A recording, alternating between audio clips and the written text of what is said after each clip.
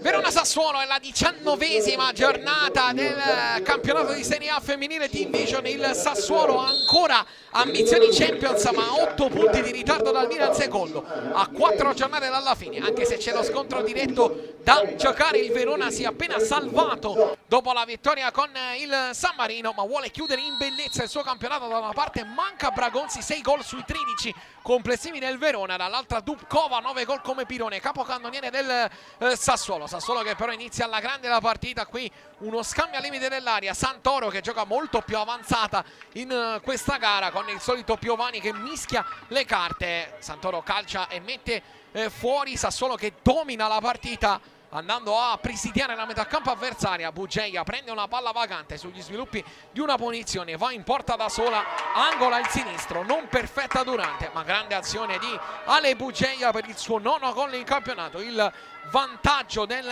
Sassuolo al minuto 29.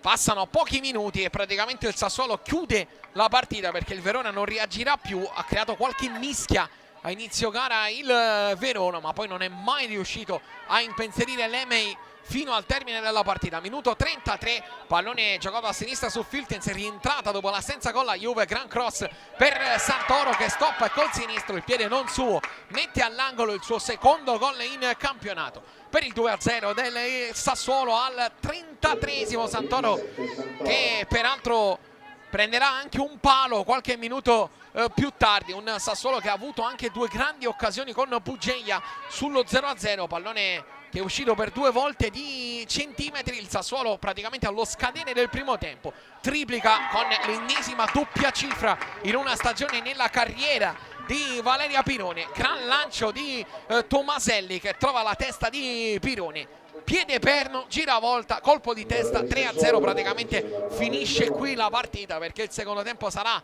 pura accademia per il Sassuolo. Qui ancora una volta la girata verso la porta di Valeria Pirone. Nel secondo tempo il Sassuolo amministra la partita, qui il cross di Filtens per il taglio di Pirone che applaude l'intenzione della numero 2 con il pallone messo verso il centro. Il Verona ci prova con qualche mischia, qui buon lavoro da parte di Marchiori che pulisce per il destro di Ledri che prova a piazzare verso la porta, parata abbastanza comoda da parte del portiere Lemei.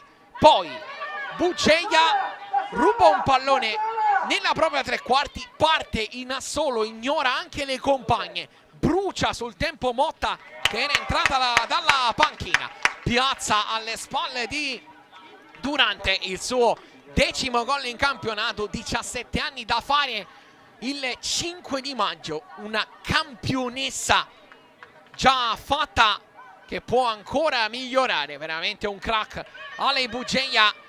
Poi iniziano le sostituzioni, entra Cambiaghi sul 4-0, qui il cross verso l'area con il tentativo di girata di Monterubbiano, si farà male anche Meneghini a cui facciamo ovviamente i migliori auguri di pronta guarigione. Qui la giocata di Cambiaghi con il sinistro che finisce alto sopra la traversa. Nei minuti finali rischia ancora il Verona con una costruzione dal basso sbagliata. Cambiaghi apparecchia per Pirone che qui non angola a sufficienza per battere il portiere Durante. Al minuto 95, ultima azione della partita, percussione di Ledri che forse è quella che ci ha provato di più nel Verona, calcia con il sinistro, trova la presa di Lemei, 12ª sconfitta in campionato per il Verona che comunque come detto è già salvo e resta a 19, sale a 43 il Sassuolo, pareggia 0-0 a Roma il Milan.